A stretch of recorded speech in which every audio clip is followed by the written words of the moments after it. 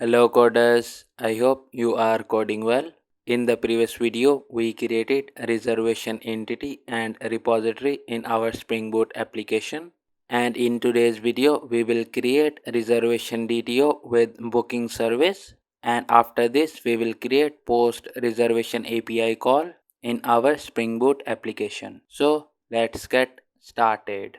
So in our Spring Boot application, first of all, we need to create a reservation DTO. So we will right click on this DTO package and we will choose new Java class and we will name this class as reservation DTO. And after this, we will annotate this class with @data annotation from Lombok. And after this, we need to mention the fields, and to do this, we will open a reservation entity, and from this class we will copy the ID, check-in date, checkout date, price and reservation status. And after this, we will open a reservation DTO and we will paste it here. And after this, we need to mention the fields for the room. So we will write private and the data type of this will be long and we will name this as room ID. And after this, we need to mention the room type. So we will write private and the data type of this will be string and we will name this as room type. And after this, we need to mention the room name. So we will write private and the data type of this will be string and we will name this as room name. And after this, we need to mention the fields related to the user. So we will write private and the data type of this will be long and we will name this as user ID. And at the end, we need to mention the username. So we will write private and the data type of this will be string and we will name this as username. And with this, our reservation DTO is completed. Now we need to create booking service, and to do this, we will right click on this customer package and we will choose new package. And after this, we will remove this room and we will name this package as booking. And as you can see, we got booking package in the customer package. Now let's right click on this booking package and we will choose new Java class and we will name this class as booking service, and from the options we will select interface. And after this, we will right click again on the booking package and we will choose new Java class and we will name this class as booking service implementation. And after this, we will annotate this class with @service annotation. And after this annotation, we will add the annotation for a required aux constructor and we will import it from Lombok. And after this, in this service, we need to inject user repository, room repository and reservation repository. So we will write private final, and after this we will mention user repository and we will import it from hotel server dot repository. And after this, we will name this as user repository. And after this, we will write private final and we will mention room repository and we will import it from hotel server dot repository and we will name this as room repository. And after this, we will write again private final and then we will mention a reservation repository and we will import this from the same repository package and we will name this as reservation repository. And after this, we will create a new method and this method will return boolean and we will name this method as post reservation. And in the params of this method, we need to accept reservation DTO. So we will mention reservation DTO and we will import it from hotel server dot DTO package and we will name this as reservation DTO. And in the body of this method, first of all, we need to get the user and a room. So we will create one optional variable and we will import it from java.util and this should be of user. And we will import this user from hotel server dot entity. And after this, we will name this as optional user and we will use user repository and we will call a method find by ID.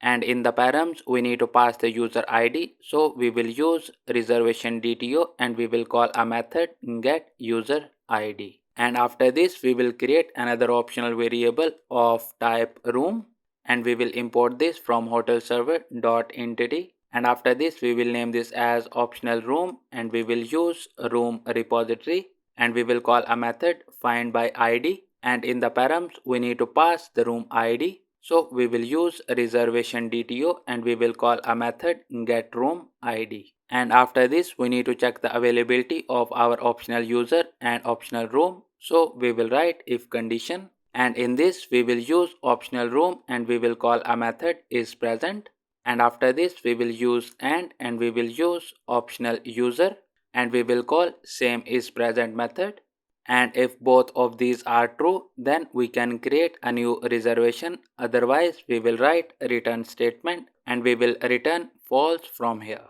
And after this we will go in the if block and we will create a new reservation and we will import it from hotel server dot entity and we will name this as reservation, and after this we will initialize this with new reservation.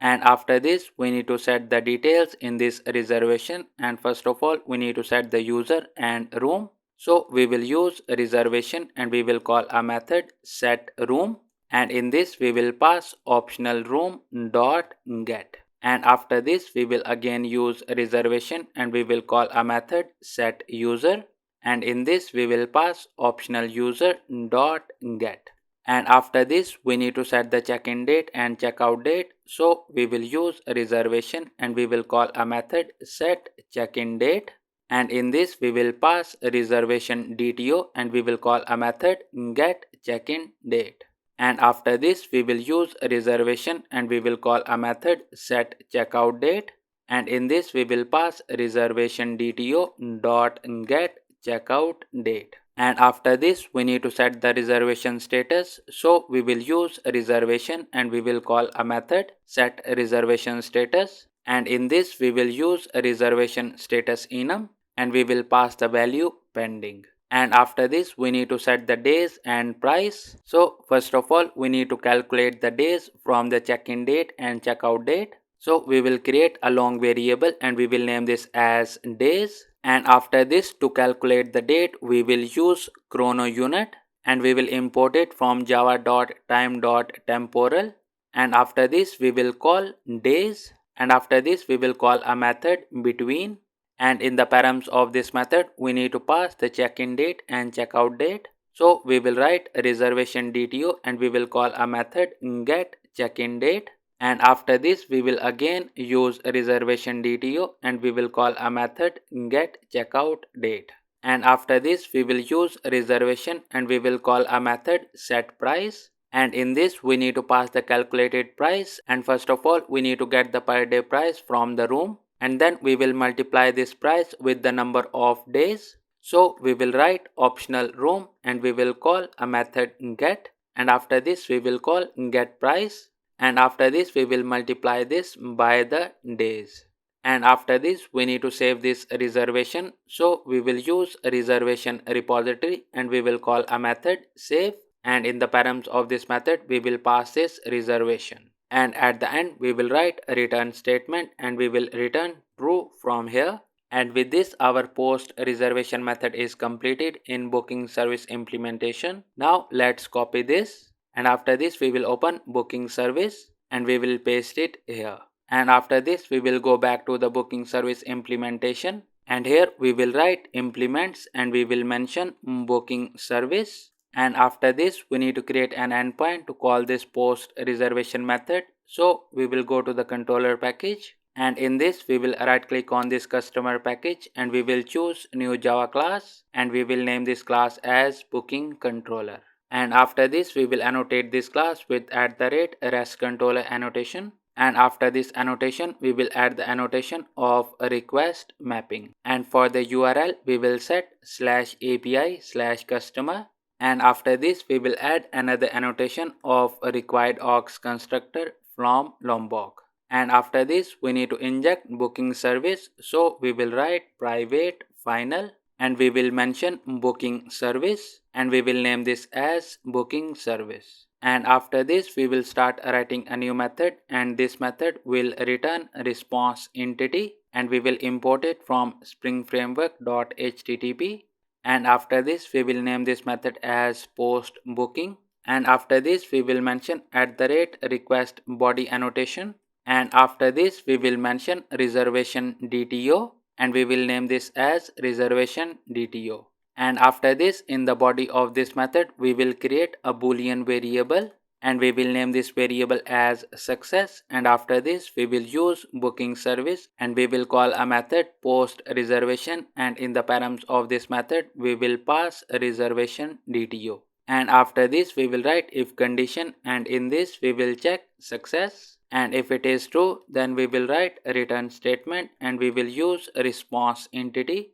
And after this, to set the status we will call status method, and in this we will write http status and we will import it from spring framework.http, and after this we will return OK. And at the end, to build this response we will call build method, and after this we will write else case as well, and in this we will write return statement and we will use response entity.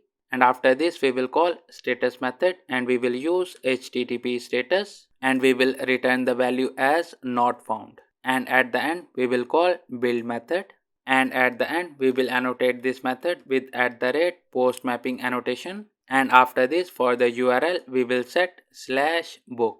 And with this our post booking API is completed. Now let's run our application.